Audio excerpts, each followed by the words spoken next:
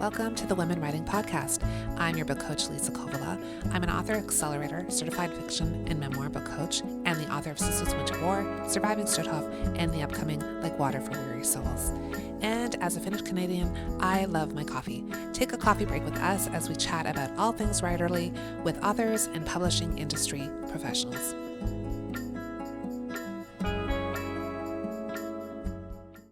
On today's episode of Women Writing, I'm having a coffee break with Holly Darling.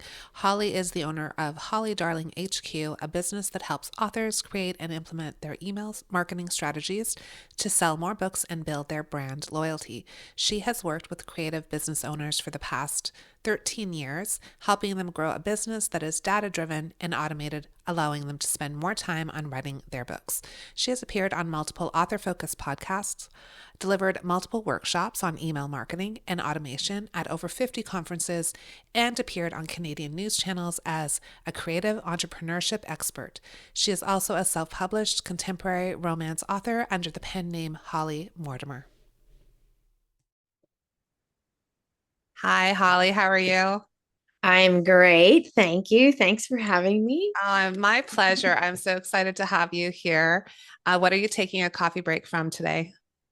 Well, work, and parenting teenagers. And actually, we decorated for Christmas. Nice. Are This you, it's your favorite, is it that one of your favorite times of year or is it more the kid? Yeah, so I love winter and I would say I love Halloween decorating more than Christmas, but it feels like when you're taking down Halloween, you might as well just roll Right into right Christmas. into the next thing. So Just go yeah, for it. I love yeah. it. I love that so much.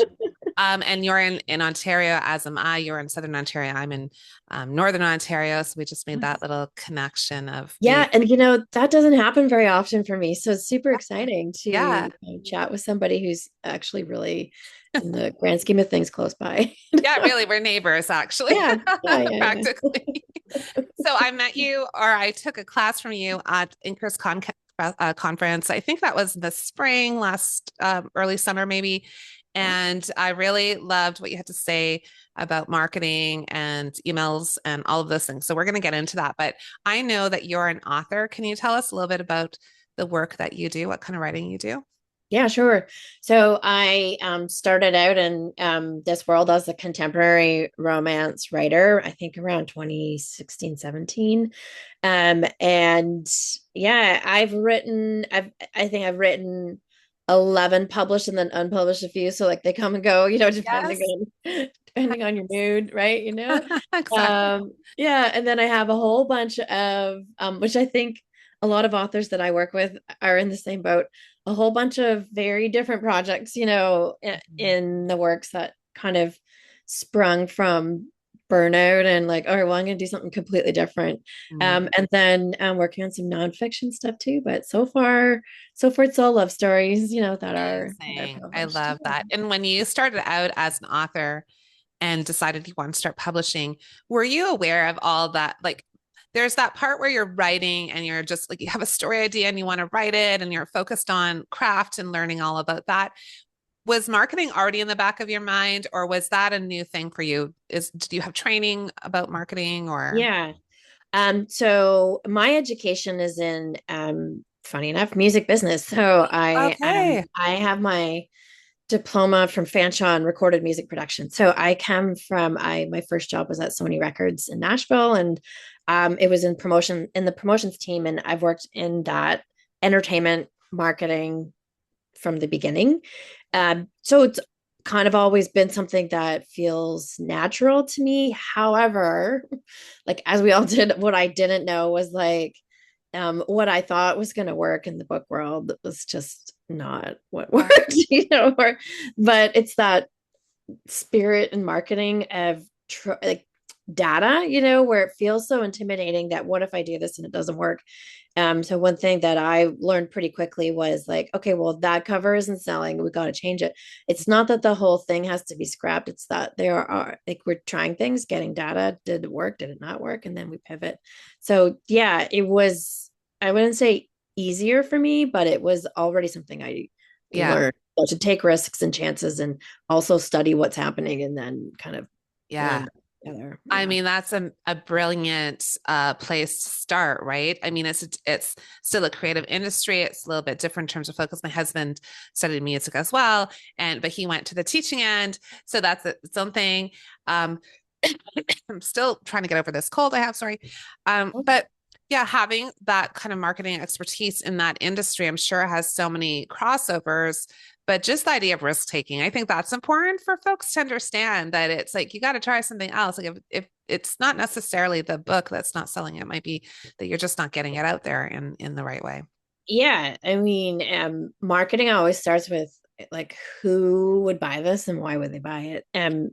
But then it's also a combination of like knowledge of that, what's working in the industry, and there are a lot of tools that authors have to kind of figure that out. But also, my biggest kind of thing is to like, well, let's peruse Amazon and see what's in the top list and what do their covers look like, what do their blurbs look like, that kind of thing. But marketing is like nobody knows what's going to work. Half the time when it works, you're like, oh wow, that was lucky, and Yeah, then you claim it and yeah, in my world, when in the entertainment industry, you own it, whether you did it or not, you're like, yeah, 100%. I totally thought of that. Yeah, And of so like, course, who I planned knows? it that way. Yeah, exactly. And so who really knows? And so it's a place where you can have fun, and a lot of people feel intimidated by it. It doesn't cost a ton of money to kind of, I mean, my first cover was, I spent a ton of money on it. And then after that I learned that it didn't need to have the money. It had to have the elements, right? That Right. that were working. But yeah, it's all about calculated risk, right? And but then also like knowing your market, which is, Yeah. clearly organically where marketing comes from. Yeah. Like, who is it? So with my book coaching clients, we often talk about a couple things. One is ideal reader, so that we identify who that person is you're writing for. Like it could be like imagining one person, like you've created them and they're your ideal reader, age and gender, and maybe where they live and what they're interested in, and maybe what they fear, maybe what keeps them up at night, all of those things, and helps to like narrow it down. Because I mean, we'd all like to say, oh, everyone will love this book, right? Like we want Yeah. that to be true, but Yeah. it's kind of, That makes it's not marketing possible. really hard. Yeah, Yeah. really, really hard. And then ideally you get frustrated and it's this kind of circle of doom, that you fall into. But Yeah. really it's just that focus feels like, oh, that feels so off. It's the same with newsletters. Like trimming them down to the people that want to be there feels sad for a lot of people, but the results that you get when you know who you're talking to, what words are Yeah. going to respond, they're going to respond to, what structure, how frequent, it Yeah. makes a world of difference. No kidding. Yeah, I hadn't thought of it that way because I talk a lot about Substack just because that's the platform I use for my newsletter, but there's lots of different platforms people can use and different sites that they can use for their newsletter. But and I feel like a lot of folks on Substack and other places are chasing subscribers, right? Like they want the big list. They want thousands of people on their email list, and and hoping that that will move the needle, I guess. But I like that idea that you just said about curating your list, and that these are the engaged people. These are the people who want to be there. These are the people who are reading the email rather than just another name on the list. Can you tell us more a little bit about that? Like, I'm not Yeah, even sure how sure. I would go about that. Yeah, I mean, just based on a math equation, big lists can equal big revenue. But I manage a large portfolio of authors' lists, and the big lists make the same amount of money as the small lists. So Yeah.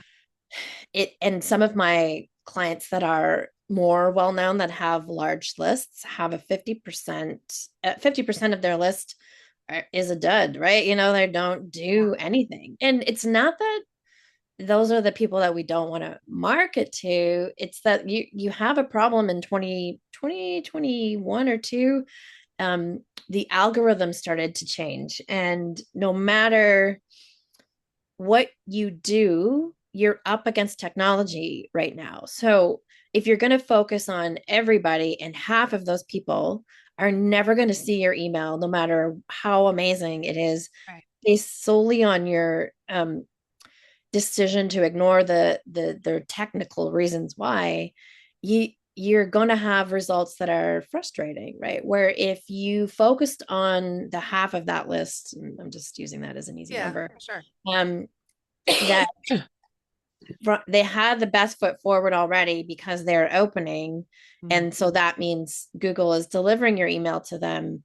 Then, I mean, I don't want to get too deep into the weeds. Then Google pays attention to it. And then you can start to really see great metrics grow, which equals more emails that of the I'm making a mess of this. Like, so it's like really what it it's a math game, right? And at the same time, um, once you do get in front of them and they open it, there has to be something of value or interest. And ultimately, what we're doing is entertaining. So if you're entertaining somebody that um, doesn't really care about what you're saying, like let's say they read across genres and they saw like this was a first in series free and they grabbed it and subscribed, but they're like um they subscribed and they didn't hear from you, and then suddenly they hear from you, and they're actually really into thrillers and you're marketing a rom-com to them,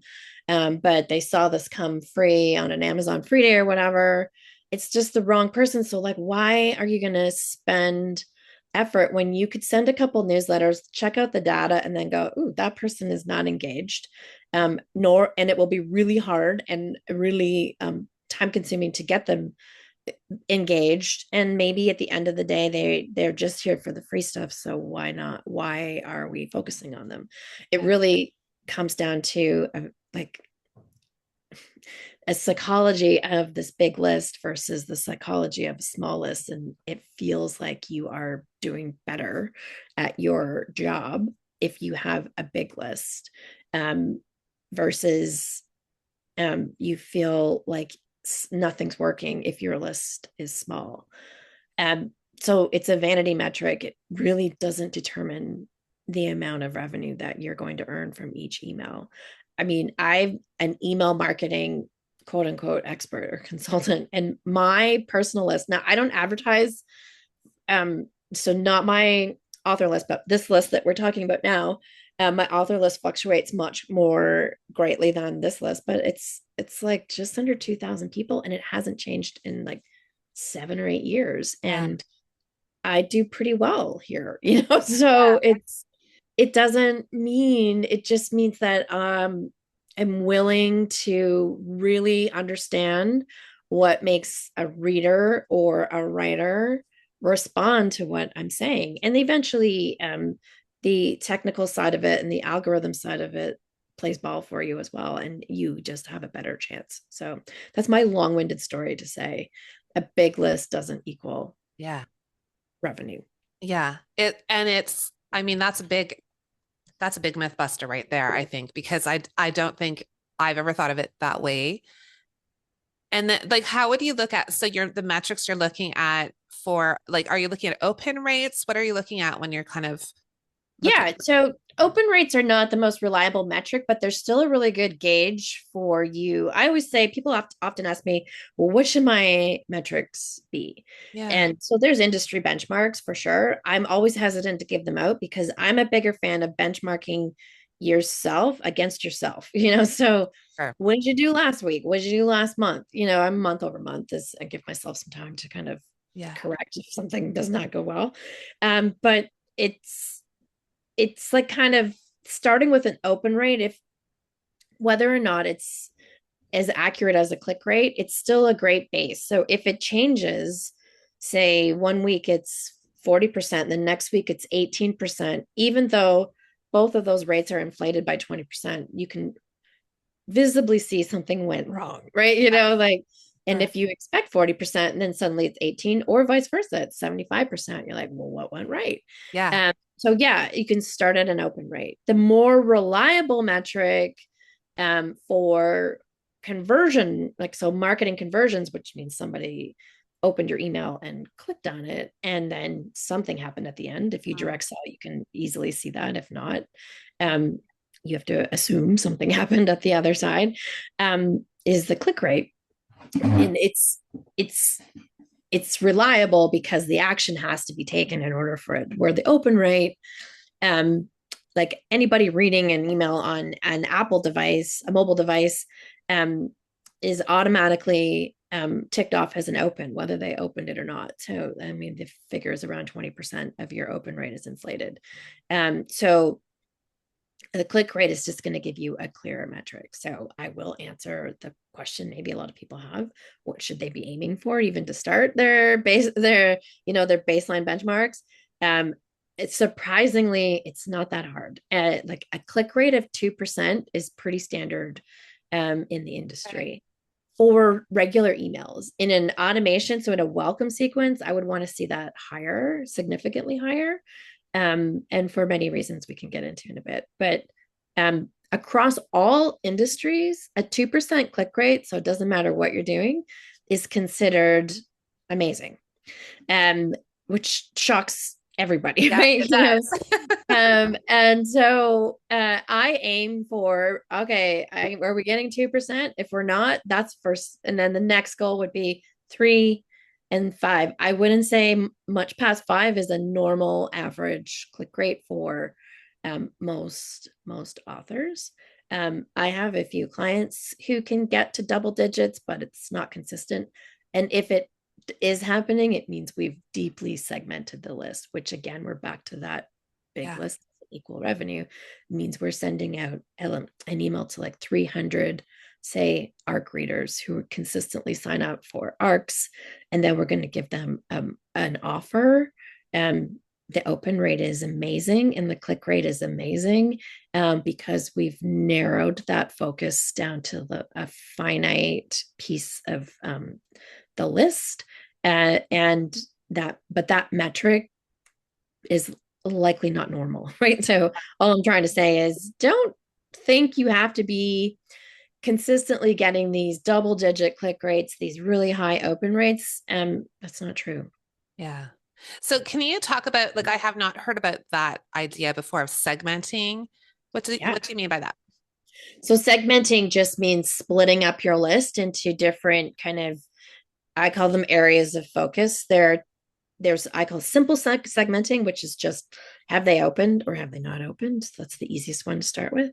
Or you can layer in have they clicked and not clicked. So I kind of do 3 simple segments, like have they done absolutely nothing since the beginning of time, and then I'll do have they opened but never clicked anything, and then have they clicked. And I don't even put a time parameter or date parameter on it, just to make it as easy as possible. You find you enjoy that process, you can start to layer in other, like they've been here for more than 6 months and they've never done anything, those kinds of things. But to start out simple segment is like, are they clicking? Are they opening, not clicking? Are they doing nothing? And how you use those in order to create a better performance metric from your list is that, and here we go again.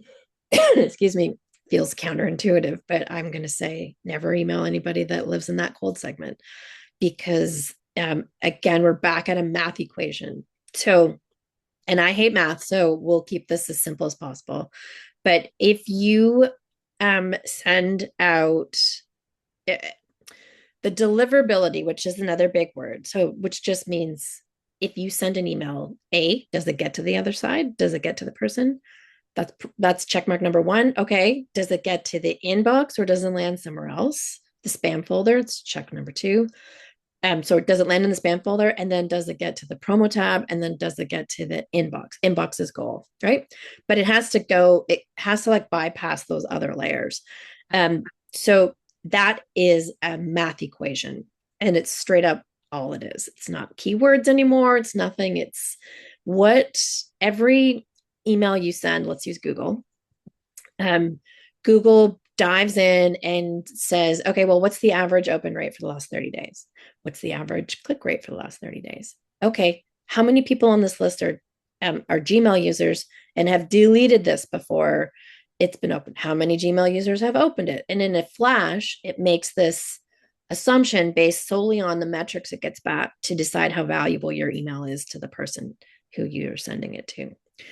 So, how do you employ that? If you have, let's make it super easy, you have 100 people on your list, and you send to everybody. And so on that list, there's 50 people who have never opened an email. So their average metric is 0%. And there's 25 people who have um, opened but never clicked. And then there is 25%. Well, that's not going to be it. Let's try it. There's 20%. There are 30% of people who have clicked. So, because you have that 0%, remember it's a game of averages, it's just pulling your overall mystery. It's a mysterious um, formula, but we do know that it's just taking an average. So, if you send one email a month and you send it to 100 people, and you've got an open rate of 30% and a click rate of, 2%, if you cut out those 50 people, so you cut out the zero part of that average, Mm. suddenly everything is higher, right? Yeah. People, and so then the Google will look at that and go, the average rate of this account, because they look at it at an account level, Yeah. is pretty high. Let's send this to an inbox.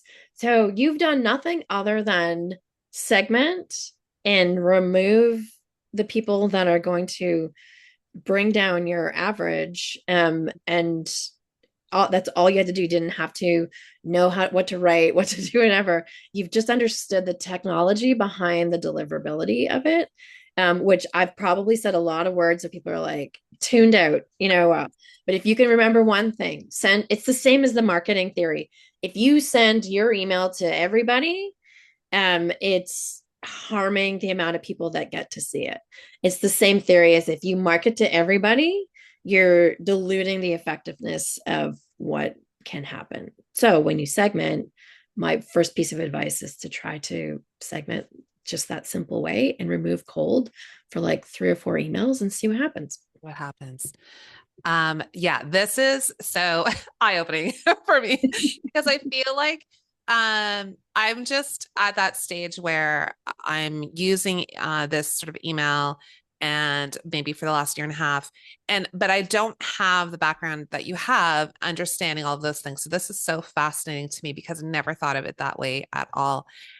If we were to roll back just a little bit for somebody like me who 10 years ago heard that email lists are probably a good idea and just kind of ignore that. you know, Mhm. those authors that are just kind of coming up and they're maybe written their first book or maybe have even a couple books out, but have been trying, Instagram and Facebook and all these other platforms, but haven't really curated a list.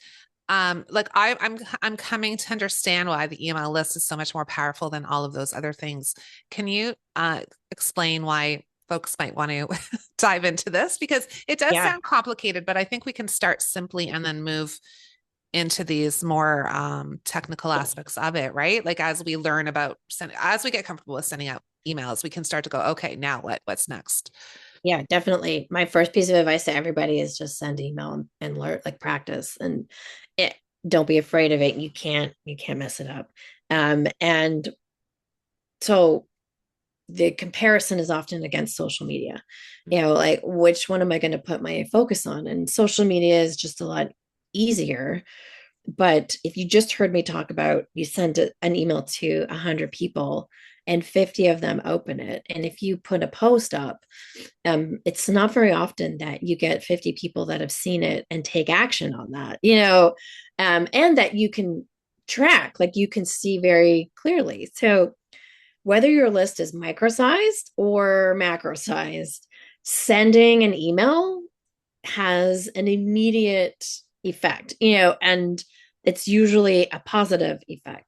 And like where um, you're building a community, you're having a conversation, you're telling them what's on offer. Like the studies show that anybody that has read your book, only 20, like let's say like there you have 100 people on your newsletter list, only 20% of them know something outside of the one book they might have read in order to get there. So they asked to be there. So why not share some information with them.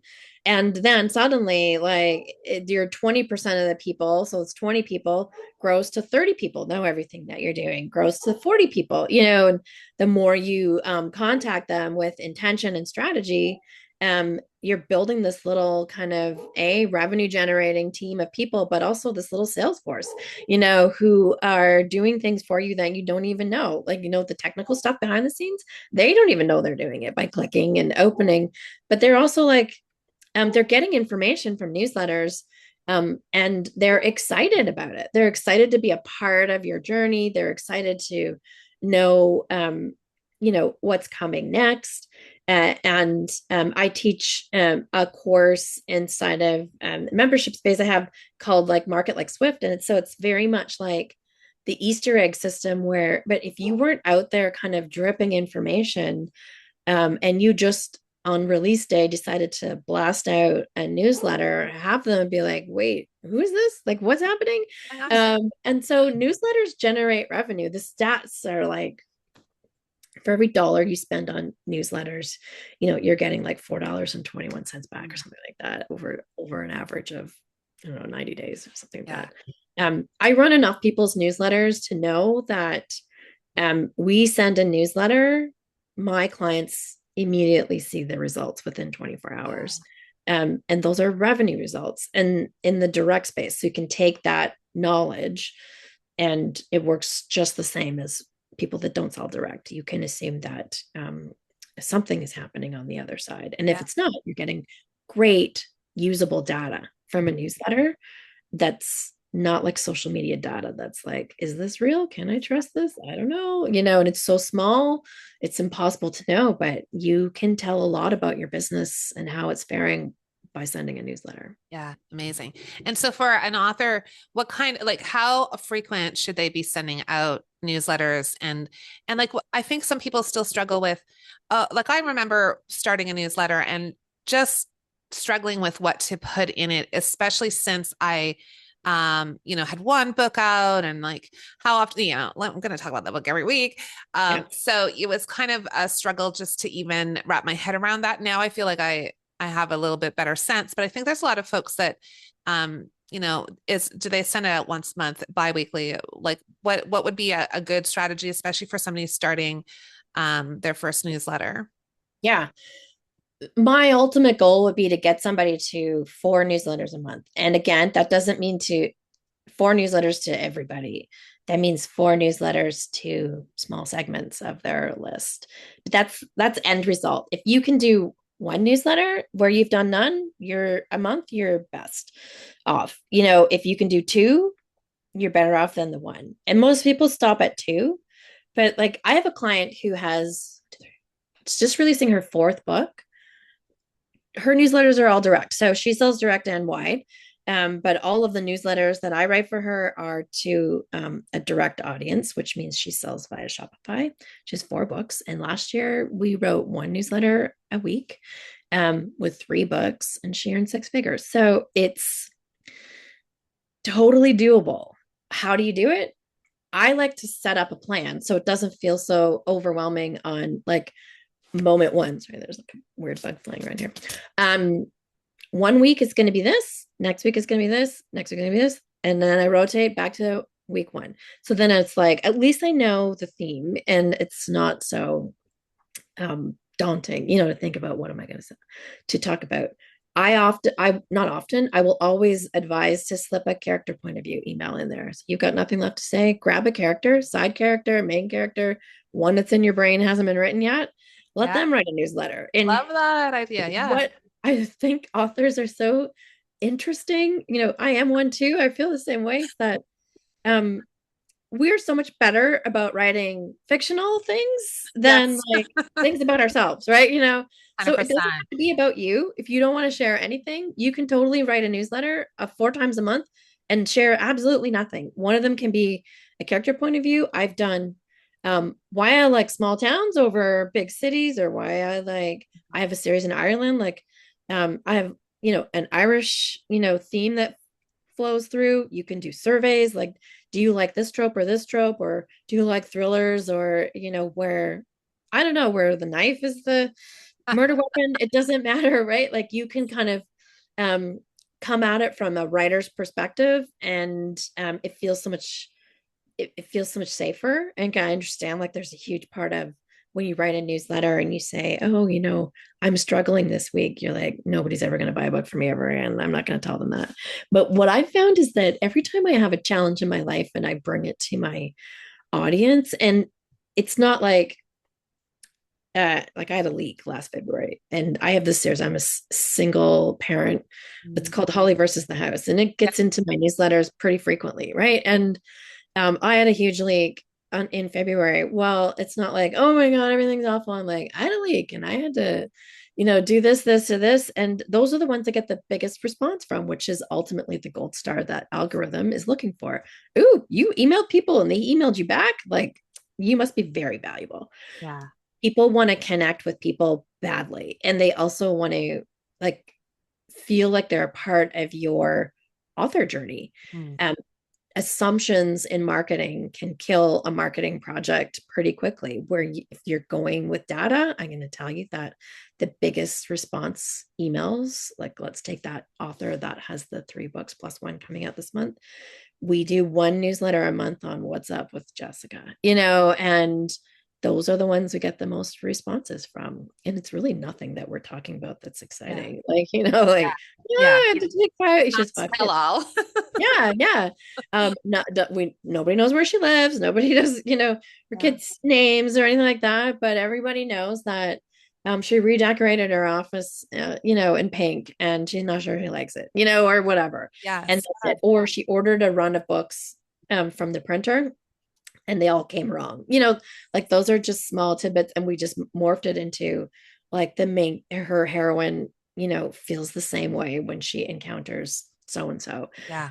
I love tying personal problems with like character problems in a book I'm looking for. So I keep little notes in my notes file, like Right. this happened to me. I'm like, oh yeah, that reminds me of so and so. Mm. So Yeah. my biggest piece of advice is have a plan. So those moments when there's dead air and you cannot think, you can like, oh, that's what I said I was going to write about. I'm Yeah. in. So good. And I think that's the thing about about all social media. If you're connecting with authors in a really authentic way about yourself, that is just it's so relatable, right? When you read from about an author who's gone through something and you're like, yeah, that happens to me, or yeah, that's exactly Yeah. how I would feel. Like you just feel like the real people who have everyday lives and you're connecting with them on such a human level. And I think that makes so much sense, right? And then we do like we have fodder for newsletters if we're talking about our own experiences or something that we encountered. And but I do love the idea that for people who don't want to share, intimate details about their life, you don't have to do that. You can just every day occurrences, things that happen. I mean, I always talk, well, I haven't been writing about this in my newsletter, but my husband, your example reminded me of my husband who has, I always say Mike versus, and because we've had problems with squirrels in the attic. We've had, we had a woodpecker on the house. Like he's always dealing with some critter. So I'm thinking like this would be a great children's book series, Mike versus, Yeah. because he's got all of these issues with these, and he's the calmest, sweetest person. But the minute there are some like critter he has to deal with, he's like he goes into action mode. Yeah. Yeah. I have a friend who uh did a year an experiment for a year and wrote um similar types of stories and then compiled them into its own book. It's that's total like doing double duty. Newsletters can do so much for you. So there was that example. But then for me, if I do a character point of view um, email, I keep them all and then use them as bonus content. So not only have I served the newsletter, but then I'm like, I don't have anything bonus material for this book. Oh, I know, I'm going to write character point of view. Like I have a character who's a mayor of a small town in British Columbia, and he always writes newsletters from his point of view because he married a marketing an influencer, and he's like anti-marketing, and so it's his newsletter that she convinced him to write. Obviously there's a lot of me in that character, but Yes. and so now he comes in and writes a newsletter, but then I've like got six of them smacked up, and now it's bonus content for that Yeah. book. So there's if you take off your personal hat and put on your writer's hat and strategically write your newsletter from that point of view, it takes a bit of the pressure off. And then once you get comfortable with it, you can start to weave little bits of you. I always say, like, I love following like celebrities, and we may not all be like super household names celebrities, but the people that read our books are fascinated by what Yeah. goes on in our day, and they have an imagination. Their imagination runs away with it, and their reality is often very normal, right? But they are just as excited about what we're doing as like a showrunner on SNL or something like that, right? So um don't think that nobody wants. That's a big thing I hear, like nobody wants to hear what I'm doing. I'm like, I Mm. disagree.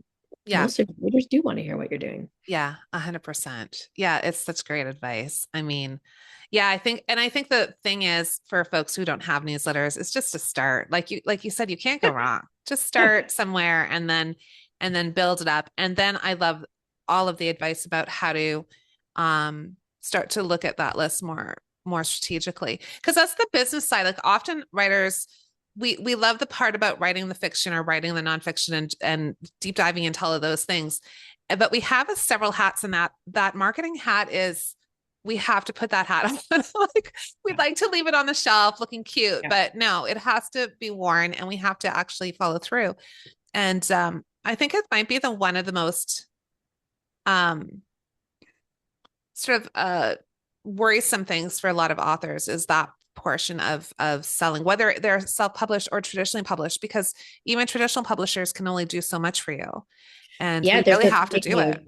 Yeah, a lot of my drag clients are responsible for them a lot of their marketing now, and they're like, what am I going to do? I'm like, you Yeah. just gotta try something, see what works. It's like that's the most you can do.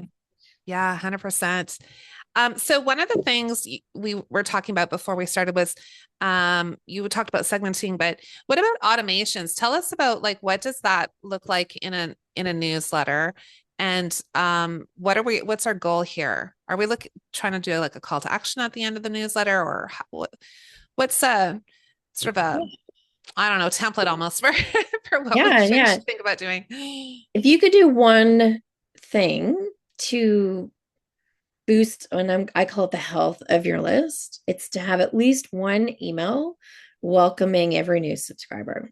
Um, if you love that, you can grow that past one. Ultimately, you can go as long as you want, but one email has more power in it. It's because so there are two reasons why. One is that you are fresh, top of mind to that person who's subscribed to your list. This is your best chance at building a bond with them. So if somebody subscribes to your list and you're an infrequent newsletter writer, there's a good chance they're never going to see anything you ever write, or they won't remember signing up for it.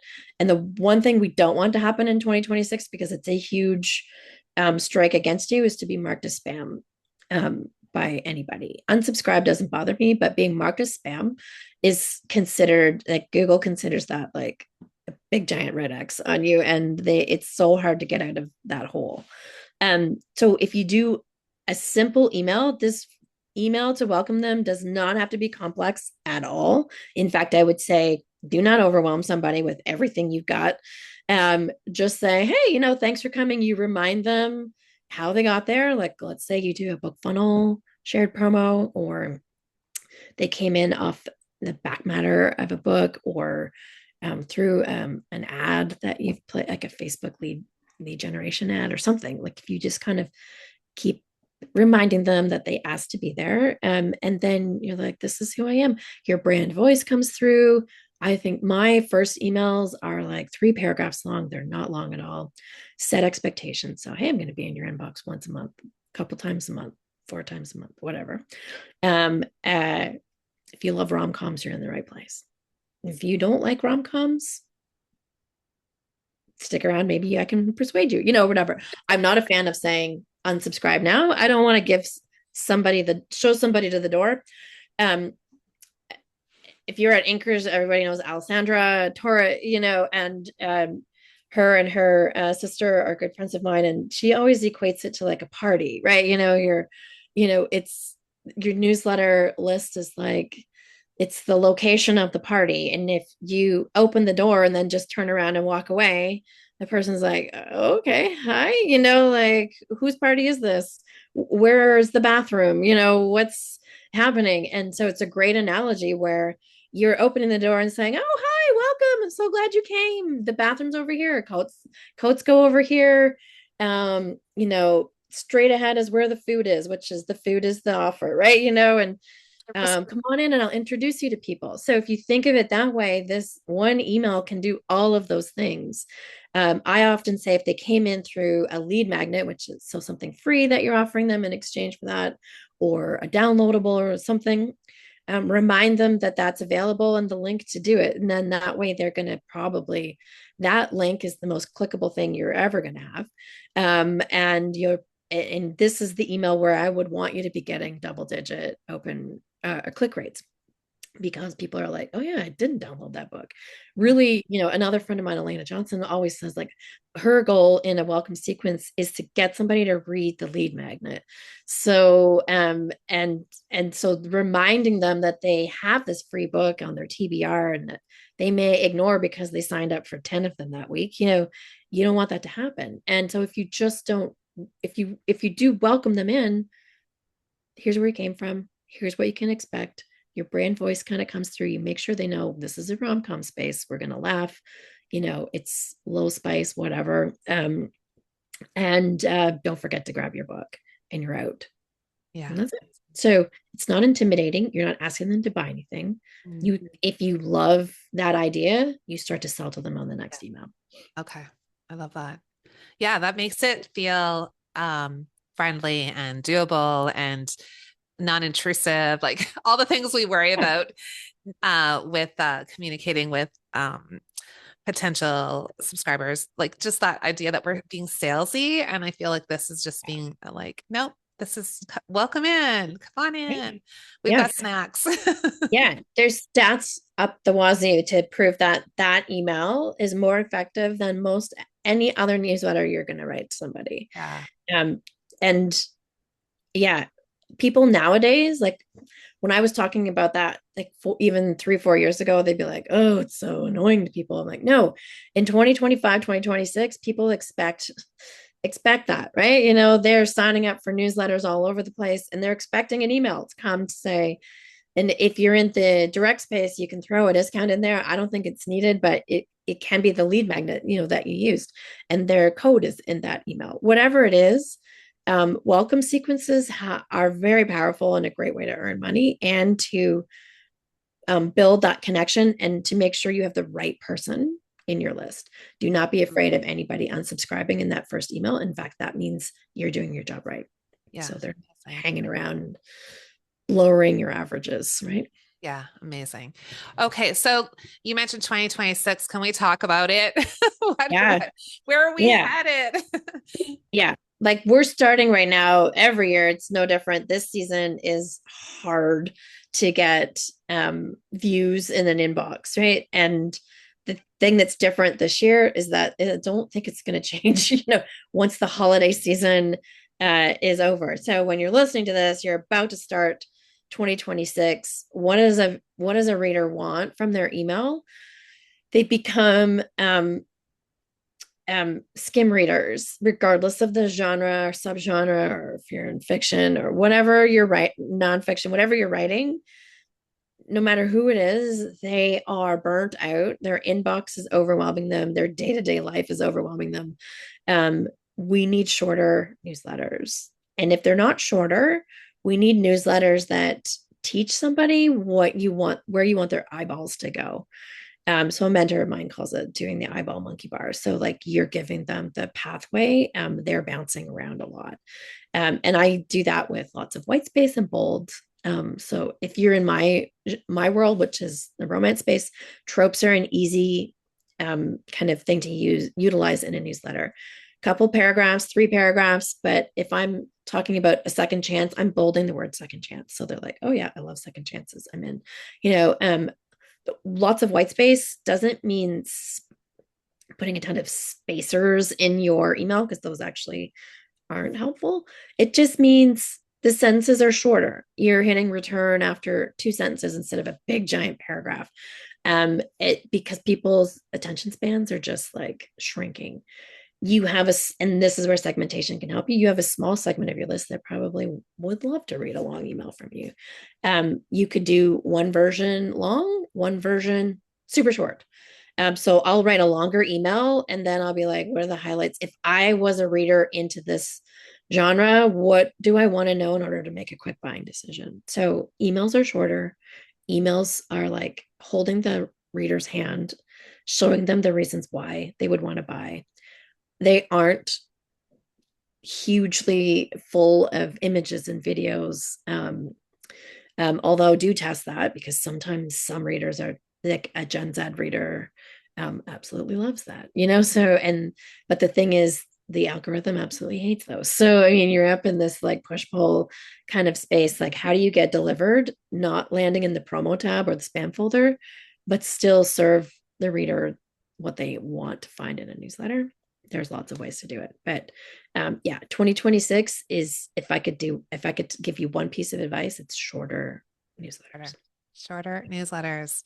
Yeah. So good. So when we have our segmented lists, we're sending possibly longer newsletters to the folks that are really engaged, that are opening our newsletters, that are clicking on things, but then the segment that is less engaged, less, those are the ones that we're going shorter, more focused, the highlight reel. Yeah. That sounds like a lot more work, but really you write the newsletter once and then become an editor. Yeah, Just ruthlessly edit it down. But I always say to anybody I'm working with, I'm like, what would you do if you opened this newsletter? right. Do not bury your offer at the bottom of a long newsletter. Like somebody's likely not going to see it. More than 50% of readers are reading newsletters now on a cell phone. So you don't want Google to truncate your newsletter because it's too long, and they do that a lot. You don't want them to have to scroll more than twice to get to what you really want them to do. So it's called above the scroll. Keep it up there. Like keep your offer. If you're doing a lot of swaps in order to grow, so you're taking on other authors' content, make sure yours comes first, you know, and then theirs. And you're training your reader. Like, so okay, they know that at the top is your stuff. And if they want, they're there for freebies only. First of all, that's not my it's not my jam, but I get that it's absolutely necessary at the beginning of your journey. Trying to build your list, it's got to come from somewhere. But then there's a quick shift in like, okay, my newsletter is growing. I'm going to do less swaps and more of my stuff, but it all comes back to that shorter, more compact, but still valuable newsletter. So good. I mean, I'm thinking about my own situation as you're speaking in real time. I'm like, yeah, I definitely always write the little newsletter. And then at the end, I have an offer, or I have a course I'm teaching, or um, something about book coaching or whatever. And I always leave it to the bottom. And my mindset has been, I don't want to bother people. So I'll put it at the bottom, and then if they don't want to see it, they'll be done and off they go. But didn't occur to me that they may never make it to the bottom. Yeah. Yeah. Yeah, I mean, my advice to a lot of people is like, all right, write the newsletter you don't normally write and Yeah. move that button or that offer higher, see what happens. Okay. And the data will tell you, you know, well, Yeah. that worked, you know, even if you get 2 more clicks or and yeah, I mean, so much psychology behind marketing and sales and marketing. And I'm kind of like, well, I have a mortgage to pay too. And I mean, they wouldn't be here if they didn't want to be here because it's very easy now to unsubscribe. It's never been easier. So I might as well ask them to buy Yeah. something. Well, and I feel like it's going back to some of the ideas about around promotion and marketing that are more human centered and authentic and like connecting Mm. with your audience. And so like I feel like if you're that way in your newsletter and you're personal and you're engaged and you're making connections with your audiences, then yeah, those things up there, they're not going to be upset that you offered something. They're like, huh, maybe this is for me, or maybe it's not, and that's okay. Yeah, Here it yeah. is. Like if they don't know, we offer it unless we tell them. So I know it's kind of like having to shift your mindset about what our roles are and get away from the idea that, well, it's icky to market to people because I think that's part of the job. Like, and readers understand that. Like, they want to know what we're offering. They want to know when we have a new book out. They want to know if we have a class or whatever. Not that they have to engage in that, but it's opportunity if they want it, right? Yeah. You have to let And them you know. never know when that's going to come back and bear fruit. Like, Yeah. I have a lot of people in this side of my life who open my newsletters but never buy anything until one day, a year later, they're like, you know what? I'm just going to do that. I'm all in. I would Ready like to. now. Hmm. Yeah. And so Yeah. newsletters are the long game. That's totally a true statement. So you don't get that dopamine hit like social media does, like somebody double taps right away. They're a long game. But it's a more stable way to market to people. And it can be so fun and strategic and exciting and revenue generating. It's just practice.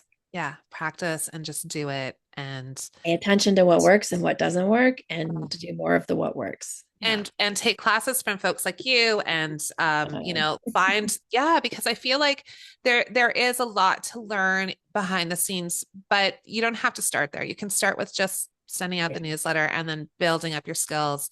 And then when you're ready, and look for those webinars. Like I found you on Inkers Con and it was such a great session. I'm like, I have to talk to Holly because she knows what she's talking about. And it's just like, and we're ready for the next step when we're ready for the next step too. And I Yeah. think you've been You out don't there. have to be perfect and you don't even have to send more than one newsletter. Send one and see what happens. I love that. It's like there's so much like, oh, somebody's going to email me back and tell me how awful it is. I don't think that's ever happened to me in many, many years of it, but it's one of our biggest fears, right? And if they unsubscribe, it doesn't mean they don't like you. It means that you've done your job and they are never going to buy a book from you. So And that's okay don't because pay for them to you're be not there. our ideal reader. And Yeah. that's okay. Yeah. I totally believe that too. And it is true. I have signed up for a lot of newsletters and I think I'm not engaging with them in the way I would like to be for whatever reason, but other ones that are I'm really invested in. So I mean, that's just human nature too, right? We gravitate towards the things that we really are interested in and the rest, it's okay. Yeah. If It's we're not okay. It doesn't engaged in mean all you're a the things, bad writer, a bad person, or anything. that's It right. just means that you're actually, it's a math equation. I heard somebody say that once. It's a math equation. Your list decreased by one. Moving on. It's like, it Yeah. means you're doing your job right. When you repel the wrong buyer, you're doing everything right. Yeah. And turn off those notifications that are telling you. And some like MailChimp, I think, has it automatically on, sending you an email saying every time somebody unsubscribes, that's no good for anybody's mental health. So Yeah. turn those off and just like move on. Yeah.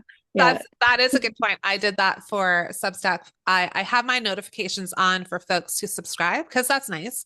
Oh, I Yeah. have a little subscriber here or there. That's great. And also I kind of peek at the names so that like I'm watching for them on Substack and notes in various places. So and following them. But like if they're unsubscribing, I don't need to know that. That's fine. It's all good. So I don't get any of those notifications. I Yeah. did at first. I'm like, what did I do wrong? Oh, No, I yeah. just Yeah. let that No, go. You it's don't need to know normal. that. It's Yeah. fine. Let them Yeah. go. They're great. They're going to go find the newsletter that works for them. And that's lovely. They're actually doing you a favor. If you pay by a subscriber count, you will eventually maybe pay less. But Right. they're also making your list healthier. So if they leave because they are never going to open or click on anything, they're making your list end up in more inboxes. So it's actually Yeah. a positive thing. That's a really great way of thinking of it. I just love this so much. What you gave us so much information, and I could talk to you for hours because There's a lot here, right? Like this whole marketing newsletter, there's so many aspects to it, but you covered so much for us. And I really, really appreciate that. And I hope to have you back again so we can talk more maybe in 2026 about what's going on and what's next for people and how they could maybe level up their Yeah, sure. I love talking about letters. numbers. Oh, I can tell it's It's your not passion. healthy, but it's fine. No, I'm really happy that you are so passionate about it because it makes me feel more motivated to dig into things that I think I've been avoiding because I'm a little bit fearful or I just don't feel like I have the tools. But I do think everyone should go and check out your site and make sure that they, watch for your classes. And you are a wealth of information. So I'm very grateful for that. And you're a delight to talk to. So thanks so much, Holly, for coming on the podcast. Yeah, thank you for having me. I loved it. Oh, you're welcome. Do you have writing goals that you want to achieve in 2025?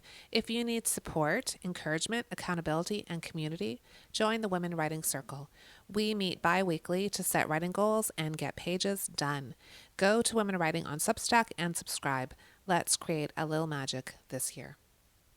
Thanks for taking time out of your schedule to have a coffee break with us at Women Writing. Don't forget to subscribe to Women Writing on Substack. If you like this episode, share it with someone who needs a writing break and a little inspiration. Happy writing! Thank you to Michael Jensen for his original music and editing, and to Mia Jensen for the logo design.